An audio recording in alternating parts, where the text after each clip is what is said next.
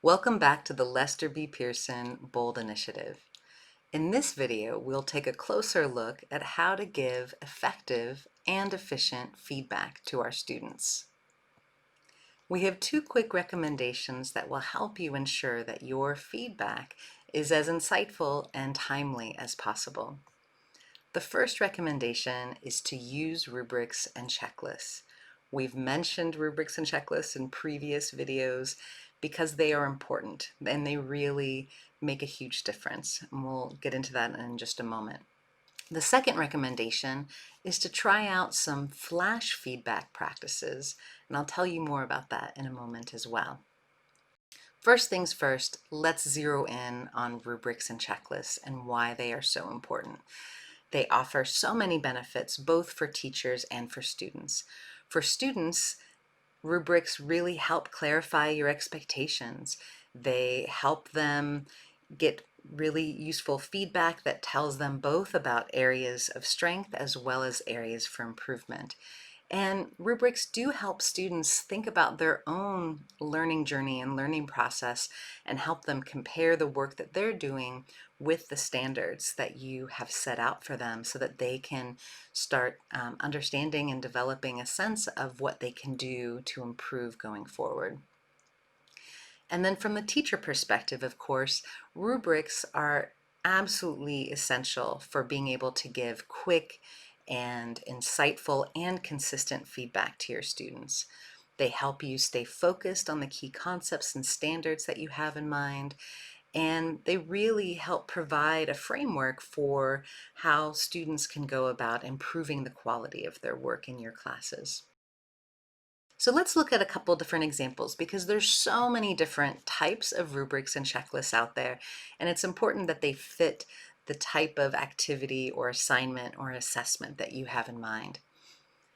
This first example is a recording rubric that's used in Seesaw. In this example, it's used as a self-assessment tool to kind of help students get a better understanding of where they're already strong and where they need to grow. And in this example, they mark themselves either I can do it, I'm getting there, or I need some help. And in the rubric, as you can see, the criteria have to do with being able to speak with a clear voice, not reading like a robot, not speaking too slow or too fast, things like that. And so this is, I think, a really great example of a very simple rubric. It doesn't have to be more elaborate than this, but it's a great tool for students to use to understand their own kind of learning process. And it's also an equally great tool for teachers to then give feedback or to give students feedback about how they self-assessed. Here's a different example from Google Classroom. In this example, it's for an oral presentation, and you can set up so many different assignments in Google Classroom, and it also makes it very easy to add rubrics. You can create brand new rubrics on the fly.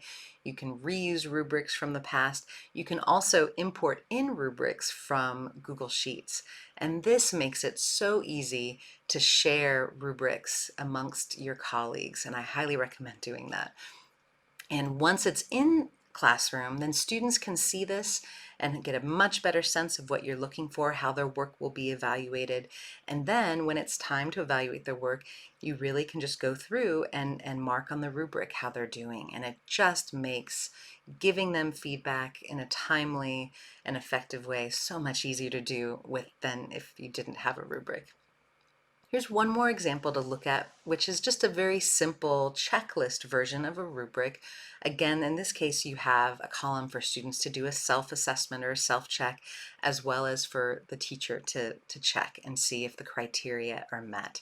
And so as you can see, there's so many different ways you might approach using a rubric or a checklist. What's most important is that it fits what you want to do. And if your goal is to give students really quick feedback, then certainly using a very simple checklist or a simple rubric is a great way to go. It'll make your work easier to do, and it'll allow your flow to move along as efficiently as possible. Other recommendations I have in mind to put out there related to using rubrics and checklists are that you really shouldn't be recreating the wheel. You should definitely look for other existing rubrics and checklist examples that are out there and then adapt them to your purposes. And you might also find that colleagues already have rubrics that they're happy to share with you. Or you may find that it's time to create a new rubric, but why not collaborate with colleagues to do that together and then share them with others in your department. And then in addition to collaborating with colleagues, don't forget that your students make excellent collaborators also. I highly recommend inviting students to come up with criteria and to come up with examples of how they think their work, their activity, their assignment, their assessment should be evaluated. And you might be pleasantly surprised with what they come up with.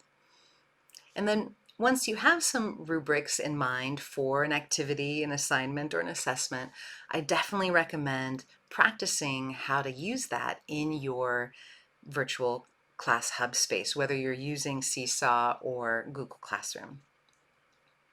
Let's look at the second recommendation, which is to try out some flash feedback practices.